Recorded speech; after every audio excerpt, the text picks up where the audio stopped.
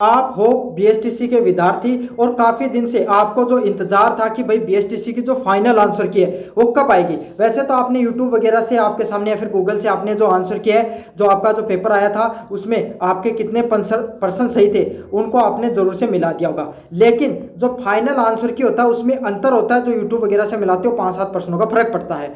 तो उसी के बारे में आपके सामने अब जो आपकी जो फाइनल आंसर की है वो लगभग आ चुकी है। जो कोटा यूनिवर्सिटी उसके द्वारा जो एग्जाम कराई थी उनके द्वारा फाइनल आंसर की आ गई, आप उनका मिलान कर सकते हो। तो काफी बच्चों का सवाल है सर किस तरीके से मिलाना हमें पता नहीं, आप हमें बता दीजिए। समझ में आ गया? तो चलिए इसके बारे में चर्चा करेंगे कि आंसर की कैसे मिलानी है। अब फाइनल कट ऑफ कितनी रह सकती है, क्या 350 वालों को मिल सकती है, क्योंकि काफी नंबर कम ज्यादा हुए बच्चों को फाइनल आंसर की मिलाने के बाद में, और कितने नंबर पे आपके सामने कॉलेज मिलेगी, सभी चीजों के बारे में अपन बात करेंगे। वीडियो को शुरू करने से पहले मेरा नाम है मोहित और आपका स्वागत हमारे यूट्यूब चैनल हिस्ट्री चैंपियन में। चैनल को जोर से सब्सक्राइब कर देना। सबसे पहले अगर आप आंसर की डाउनलोड करना चाहते हो तो आपको इस प्रकार की साइट पे आना पड़ेगा। इसका लिंक आपको डिस्क्रिप्शन में मिल जाएगा। कहाँ पे? डिस्क्रिप्शन है, वहाँ पे आपके सामने इसका लिंक डाल दूंगा, जाओ और वहाँ से जाकर आपके सामने क्या कर सकते हो, ये जो वेबसाइट है उस पर क्लिक करोगे लिंक पर तो डायरेक्ट आपके सामने इस प्रकार की साइट पर पहुँच जाओगे। यहाँ पर पहुँचने के बाद में आपके सामने कुछ ऑप्शन दिखाई देंगे, है ना। अब इसमें आपको क्या करना है, आपको सबसे पहले यह पता करना है कि मेरा सेट कौन सा है। आपका एग्जाम क्या तो पहली शिफ्ट में हुआ होगा या फिर दूसरी शिफ्ट में हुआ होगा, है ना। तो पहली शिफ्ट में हुआ तो 4 सेट आते हैं एक पेपर के, ABCD के नाम से 4 सेट आए हैं। तो वो 4 सेट आपको देखने को मिले होंगे। समझ में आ गया? चाहे आप इंग्लिश मीडियम से पेपर के हिंदी मीडियम में पेपर सेम ही आता है दोनों का। तो वो 4 सेट देखने को मिले होंगे। तो जैसे आपका पहली शिफ्ट में एग्जाम था और सेट नंबर A है, क्या है? सेट नंबर A है। तो उसका देखो क्वेश्चन पेपर अगर आप नहीं लेकर आए हो तो ये तो आपका क्वेश्चन पेपर था। क्या था? ये तो आपके सामने क्वेश्चन पेपर था भाई।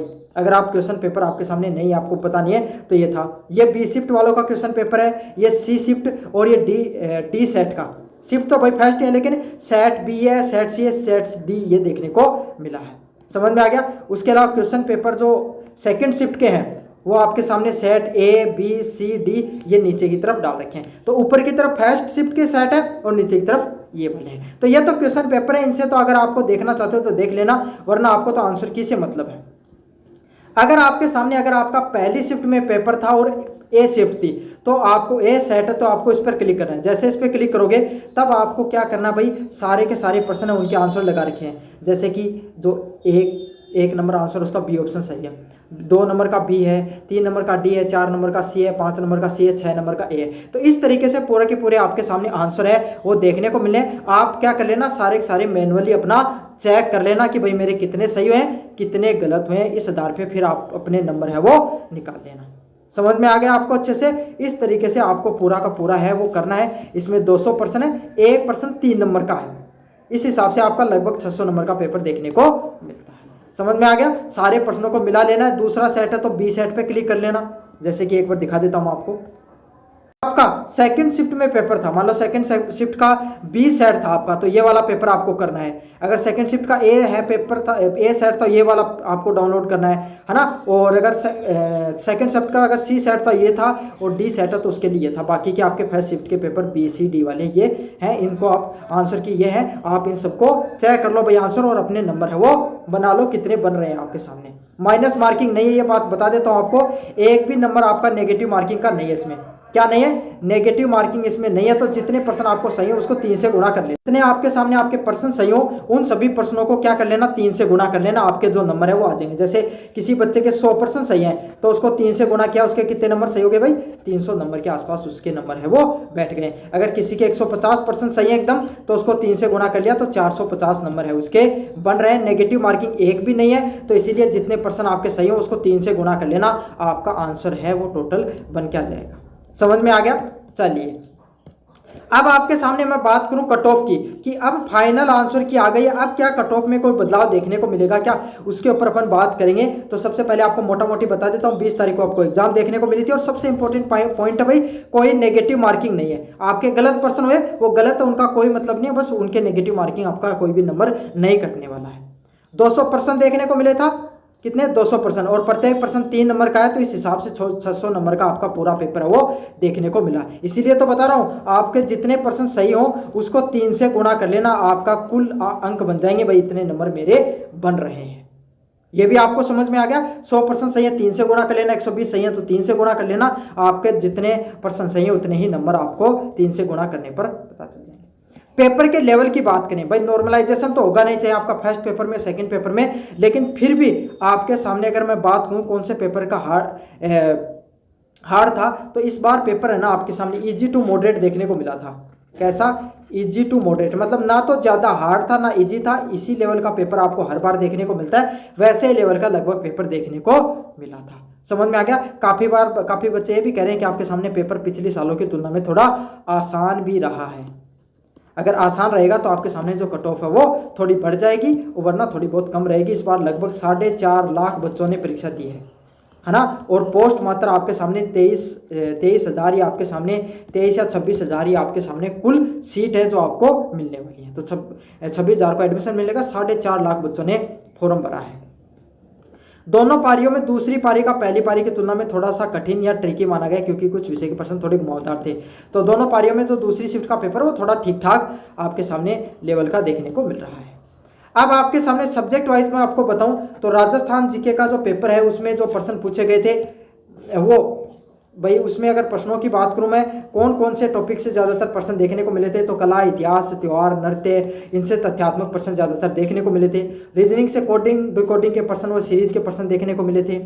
टीचिंग एबिलिटी की बात करें, इसमें आपके सामने ये थोड़ा ठीक ठाक पेपर रहा था, पिछले सालों से प्रश्न थे और इसमें व्याकरण से संबंधित प्रश्न थे। अगर मैं बात करूं तो टीचिंग एप्टीट्यूड है ना, शिक्षण अभिरुचि इस बार थोड़ी ठीक ठाक आई है। क्या है? अच्छे लेवल की आई है। रीजनिंग भी आपकी बार अच्छे लेवल की आई है। क्या है? रीजनिंग भी आपके सामने अच्छे लेवल की आई है। टीचिंग एप्टीट्यूड की बात करूं तो ये भी अच्छे लेवल की आई है। बाकी आपके सामने इंग्लिश हिंदी थोड़ी इजी थी, और आपके सामने राजस्थान जीके तो जैसा पिछले सालों में रहता है उसी प्रकार का देखने को मिला है। तो इस बार मेंटल एबिलिटी और टीचिंग एप्टीट्यूड ही अच्छी आई थी, इसी में थोड़ा बच्चों का स्कोर कम जा सकता है। अब आपके सामने अगर कट ऑफ की बात करूं, अगर आपको कट ऑफ प्राप्त करनी है तो सबसे पहले अलग अलग कैटेगरी की बात करें तो मेल व फीमेल की, किसकी? मेल और फीमेल की। तो देखो फीमेल के आमतौर पर ये देखने को मिला है, जो लड़के होते हैं उनसे लड़कियों की कट ऑफ है ना वो 10 नंबर ज़्यादा ही जाती है। क्या जाती है? 10 नंबर हमेशा ज़्यादा ही देखने को मिलती है। जनरल कैटेगरी की बात करें, कट ऑफ अगर सारी कैटेगरीज की बात करें तो जनरल कैटेगरी की जो कट ऑफ है वो लगभग मेरे हिसाब से 420 से ज़्यादा ही जा सकती है। कितनी जाएगी? 420 नंबर के आसपास ही देखने को मिल सकती है। लड़कियों के आपके सामने ज़्यादा नंबर नहीं, 2-3 नंबर ही कम रहेगी आपके सामने जनरल में। समझ में आ गया? उनकी 415 के आसपास कट ऑफ देखने को मिलेगी। ओबीसी की बात करूं आपके सामने, ओबीसी की आप सबको पता है भाई ज़्यादा ना अंतर नहीं रहता है। क्या नहीं रहता? ज़्यादा अंतर नहीं रहता है। 410 के आसपास लड़कों की और लड़कियों के आपके सामने 405 के आसपास आपके सामने देखने को मिल सकती है। ईडब्ल्यूएस की बात करें तो ओबीसी ईडब्ल्यूएस में लगभग कोई ज़्यादा अंतर नहीं है आपके सामने, 400 से लेकर 410 के बीच में लड़कों की, और इसी में आपके सामने लड़कियों की भी कट ऑफ देखने को मिल जाएगी। हाँ, एससी और एसटी की थोड़ी कट ऑफ है वो कम जरूर जाती है, जिसमें जो आपके सामने एससी की लड़कों की कट ऑफ आपके सामने 380 के आसपास जा सकती है। समझ में आ गया? और लड़कियों की 360 या से लेकर 370 तक आपके सामने देखने को मिल सकती है। एसटी की वही आपके सामने इतनी रहेगी, 355 के आसपास मान सकते हो लड़कियों की, और 370 के आसपास लड़कों की मान सकते हो। तो यह आपके सामने कट ऑफ का लगभग क्राइटेरिया आपको रहने वाला है। लेकिन जिस भी बच्चे के 440 से ज़्यादा नंबर हैं, चाहे वो किसी कैटेगरी में हो, जनरल कैटेगरी और ओबीसी कैटेगरी के जिन बच्चों के 440 से ज़्यादा नंबर है, उन्हीं बच्चों को मिलने के लगभग चांसेस हैं। क्या 300 नंबर वालों को कॉलेज मिल जाए? क्या नहीं मिलेगी भाई सरकारी कॉलेज, चाहे आप एससी से हो चाहे एसटी से हो, नहीं मिलने वाली है सरकारी कॉलेज आपको। 300 नंबर वालों को, 250 नंबर वालों को नहीं मिलेगी। जिन बच्चों को आपके सामने 400 नंबर से ज़्यादा हैं उन्हीं बच्चों के लगभग चांसेज हैं, बाकी बच्चों के बहुत कम चांसेज हैं। एससी एसटी की इस बार कट ऑफ बहुत ज़्यादा जाएगी, क्योंकि अब इस बार बच्चे बहुत ज़्यादा बैठे हैं। समझ में आ गया आपके सामने? अब एग्ज़ाम का रिजल्ट कब तक आएगा, ये भी काफ़ी बच्चों का आपके सामने प्रश्न है कि भाई रिजल्ट है वो कब तक देखने को मिलता है। तो रिजल्ट की बात करें, आपके सामने जब एग्ज़ाम होता है उसके 1 मंथ के अंदर, उसके 1 मंथ में एग्ज़ाम देखने को मिल सकता है। तो लगभग जून के तीसरा या चौथा सप्ताह में आपके सामने एग्ज़ाम देखने को मिल सकता है। किसका? जो जून है उसका लास्ट वीक मान लो भाई, कौन सा मान लो? लास्ट वीक या जुलाई का फर्स्ट वीक। लास्ट वीक क्या होता है? 25 से लेकर 30 तारीख के बीच में आपका जून में आपको रिजल्ट देखने को मिल सकता है, या जुलाई के पहले वीक में आपको रिजल्ट है वो लगभग देखने को मिल सकता है। समझ में आ गया। अब आपको क्या क्या करना होगा भाई, अगर आपको रिजल्ट आने के बाद में आपको काउंसलिंग कराई जाएगी।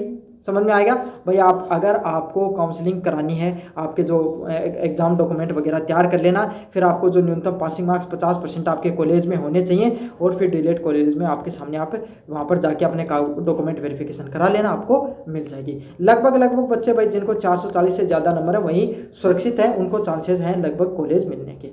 तो कैसा लगा वीडियो, जोर से बताना, चैनल को जोर से सब्सक्राइब कर देना। धन्यवाद।